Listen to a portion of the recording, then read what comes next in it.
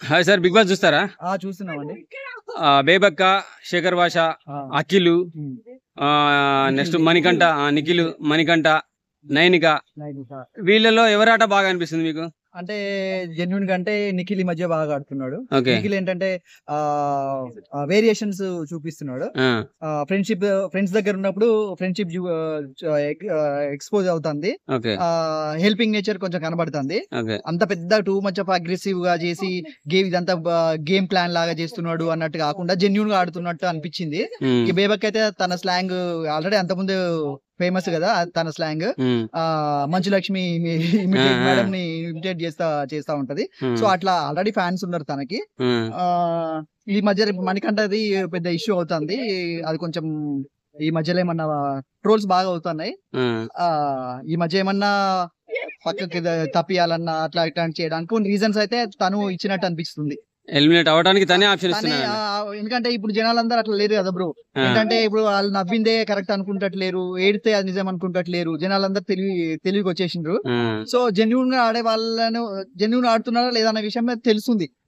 మేము చూస్తున్నాం కదా, మేము ఆడియన్స్ ఎక్కడ ఇది గేమ్ ప్లాన్ అని. ఎందుకంటే లాస్ట్ టైం చూసినప్పుడు లాస్ట్ విన్నర్ తెలుసు కదా, శివాజీ గారి ప్రశాంత్ గారి అట్లా చూసినప్పుడు ఎవరైతే ఎంకరేజ్ చేసి పైకి తీసుకొచ్చిండ్రో తను అక్కడ ఉండిపోయిండు, తను పైకి వచ్చిండు. సో దీంట్లో కూడా చాలా జరుగుతున్నాయి. కొంచెం దగ్గర అంటే మంచిగానే ఆడుతున్నారు, పర్వాలేదు, జాగ్రత్తగా ఆడుతున్నారు. మణికంఠ తన బ్యాక్ డ్రాప్ గురించి చెప్పుకుంటూ పర్సనల్ బ్యాక్ డ్రాప్ గురించి చెప్పుకుంటూ షోలో చూపించడం ఎంతవరకు కరెక్ట్? అది నాకే కాదండి, చాలా మంది అదే అనుకుంటున్నారు. ఎందుకంటే పర్సనల్ గా తను చెప్పేది ఒకటి, ఇమీడియట్ గా వాళ్ళ ఫ్యామిలీ మెంబర్స్ వచ్చి కౌంటర్ కి ఎన్కౌంటర్ ఇచ్చేసిండ్రు. ఇది కాదు జరిగేది. అది ఇప్పుడు ఒక చోట జరుగుతుంది. మనకు ఒక రెస్పాన్సిబిలిటీ ఉండాలని అనుకుంటున్నాను. ఎందుకంటే బయట ఒక షోకి పబ్లిక్ చూస్తున్నాం, పబ్లిక్ ని కూర్చోవాలని చేయొద్దు.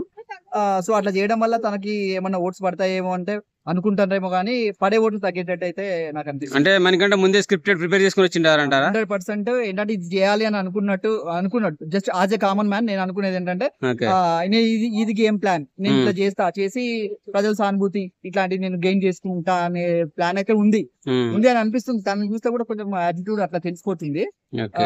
అందుకే ఇప్పుడు ట్రోల్స్ చేసే వాళ్ళు కూడా ఇంత ఒకరిని టార్గెట్ జెన్యున్ ఆడే వాళ్ళని ఎక్కువ ట్రోల్స్ చేయరని చెప్పి నేను అనుకుంటా. ఎందుకంటే బయట చూస్తుంటాం కదా, ట్రోలర్స్ ని చూస్తుంటే సాఫ్ట్ గా వెళ్ళే వాళ్ళని ఎవరు టూ మచ్ ఆఫ్ ట్రోల్స్ చేయరు.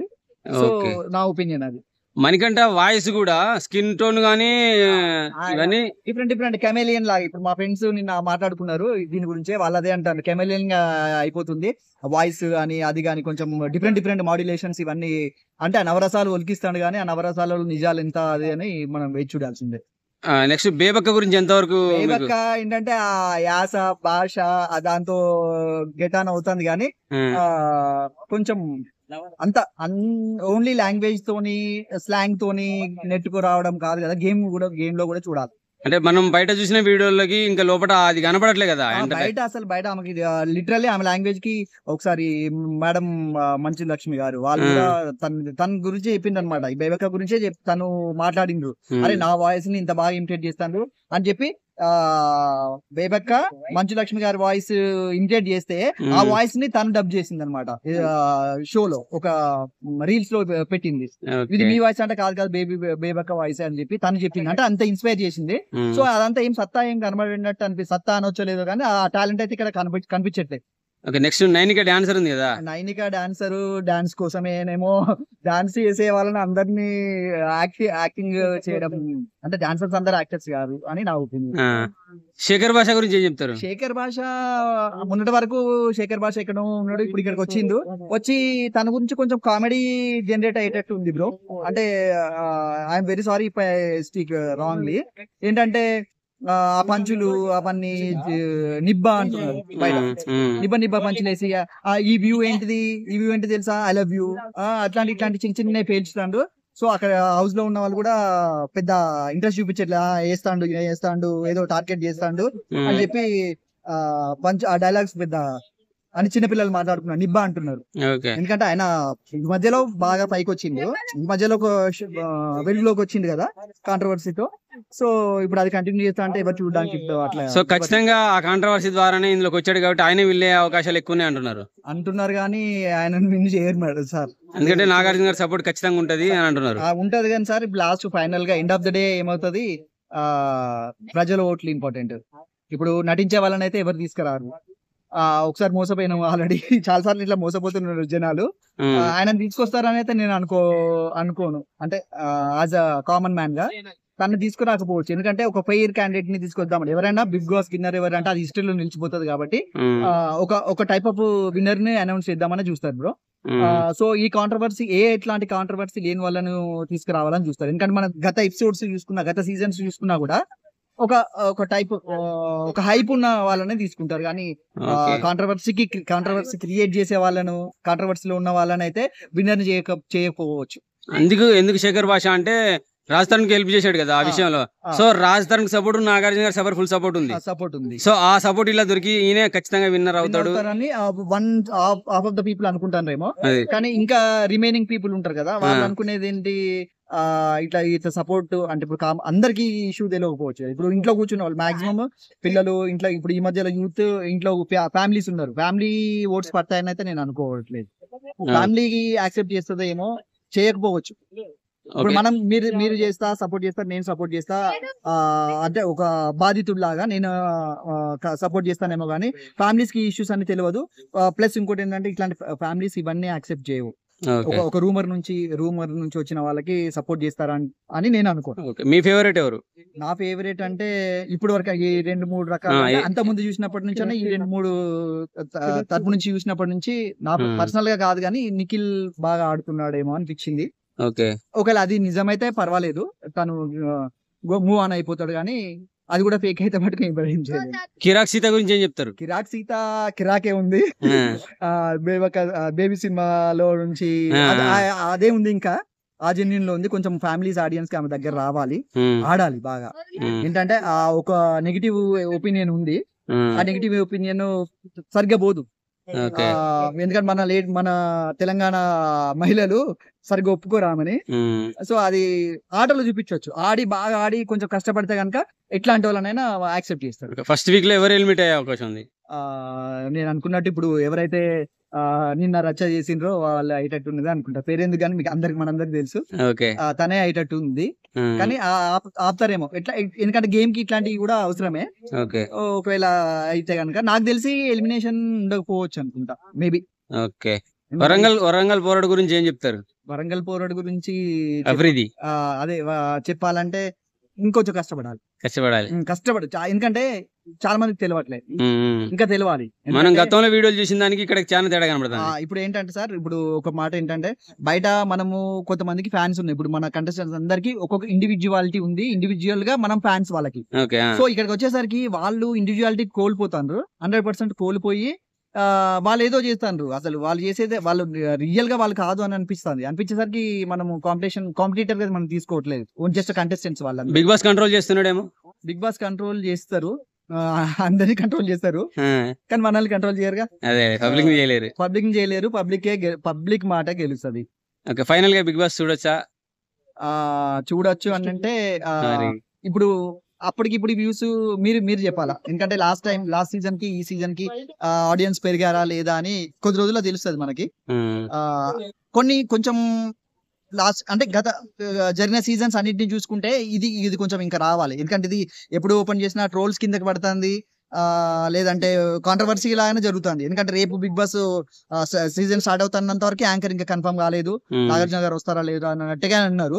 సో బిగినింగ్ నుంచి జరుగుతూనే ఉంది, ఏది రియల్ గా రేపు జరగబోతుందో అని చెప్పి అయితే లేదు. సో చూడొచ్చా లేదంటే ఇంకొంచెం ఊపు రావాలి. ఇంకేంటంటే ఇంకా జోష్ రాలేదు, వీళ్ళు ఇంకా బిగినర్స్ లాగానే ఉన్నారు, వాళ్ళ ఒరిజినాలిటీ రావట్లేదు. విష్ణుప్రియ కూడా సేమ్, అసలు ఏం కనబడట్లేదు. విష్ణుప్రియ అంత ముందు ఇప్పుడు మీరు అన్నట్టు బ్రో, విష్ణుప్రియ మన యాంకర్ గా తెలుసు అందరికి. ఆమెకి ఒక టైప్ ఆఫ్ ఫ్యాన్స్ ఉన్నారు, వాళ్ళకి ఫ్యాన్స్ పేజెస్ ఉన్నాయి. ఇక్కడికి వచ్చినాక ఏం లేదు. బేబక్క అన్నారు, బేబక్క అంతే. బేబక్క ఒక డబ్ స్మాష్ ఇట్లా వీళ్ళకి చేసే వాళ్ళందరికీ ఆమె ఒక హైప్ ఆమె. ఇప్పుడు ఇక్కడికి వచ్చినాక ఏం లేదు. సో కొంతమంది ఉన్నారు, వాళ్ళందరినీ బయట మనం ఇండివిజువల్ గా చూస్తే మనం ఫ్యాన్స్ వాళ్ళకి, ఇక్కడికి వచ్చినాక అది నిలబెట్టుకోవట్లేదు అని నా ఒపీనియన్.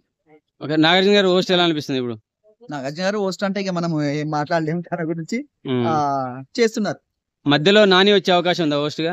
మధ్యలో ఎవరినో ఒకసారి తీసుకురావాలి బ్రో. ఎందుకంటే నాగార్జున గారు నేను టూర్ కి వెళ్ళాలి అని అన్నారు. లాస్ట్ టైం అప్పుడు ఒకసారి కూడా టూర్ కి వెళ్ళినప్పుడు మధ్యలో ఒకసారి వచ్చినప్పుడు రమేష్ గారు వచ్చారు. అట్లా ఎవరినో తీసుకొస్తారు. కాకపోతే ఏంటంటే కొంచెం పెరగాలంటే హైప్ పెరగాలనుకుంటే తీసుకురావాల్సిందే. ఎందుకంటే ఒక్కరి వల్ల కూడా వద్దు. ఎందుకంటే అవుతుంది కొంచెం చేంజ్ అయితే కావాలి. ప్రేక్షకులు చేంజ్ కోరుకుంటున్నారు. నాకు తెలిసి టు బి ఫ్రాంక్ కొంచెం ఆడియన్స్ తగ్గినట్టేమో, తగ్గొచ్చు. ఎందుకంటే మా ఏరియాలో just as a common man మేము చూసుకుంటుంటే ఇంతకుముందు ఇంట్లో 4-5 కలిసి అందరు చూసుకుంటట్టు ఉండేది. ఇప్పుడు 4-5 కాదు, ఇద్దరే చూసుకుంటారు. లేదంటే పక్క రూమ్కి వెళ్ళి ఒకరు చూస్తారు, ఇటు పక్కన రూమ్కి వెళ్ళి ఒకరు చూసుకుంటట్టు ఉంది.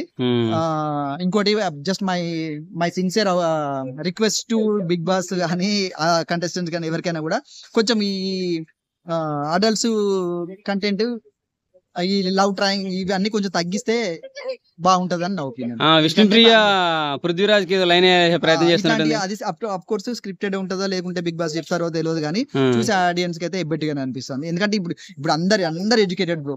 ఇప్పుడు అందరు చూస్తున్నారు, అందరికి తెలిసిపోతుంది అసలు ఏం జరుగుతుంది అని.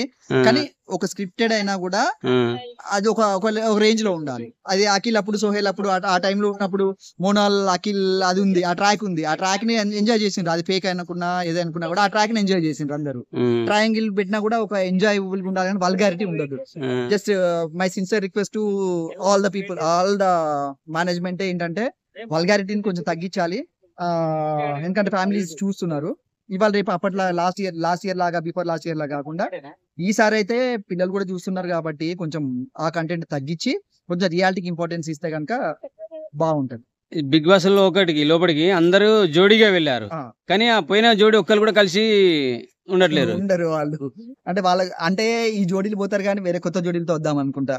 లోపలికి వెళ్ళింది బయటకి వెళ్ళింది ఇంకో జోడియా.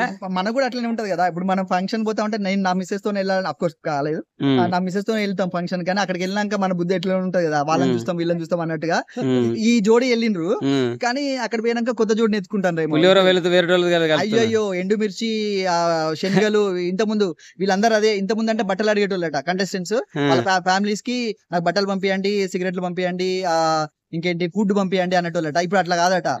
ఎండు మిరపకాయలు పంపియండి, చింతపండు పంపియండి, వీళ్ళైతే మామిడికాయలు, పచ్చి మామిడికాయలు కూడా కలపండి, పులిహోర కలపడానికి ఇవన్నీ పంపించమంటారు. మాక్సిమం ఎవరు కలపడానికి రెడీ ఉన్నారు. అందరు గ్లౌజ్ వేసుకున్నారు, కొంతమంది చేతులతో కలపడానికి రెడీ ఉన్నారు. సో ఇది ఎక్కడి వరకు దారి తీస్తుందో చూడాలి.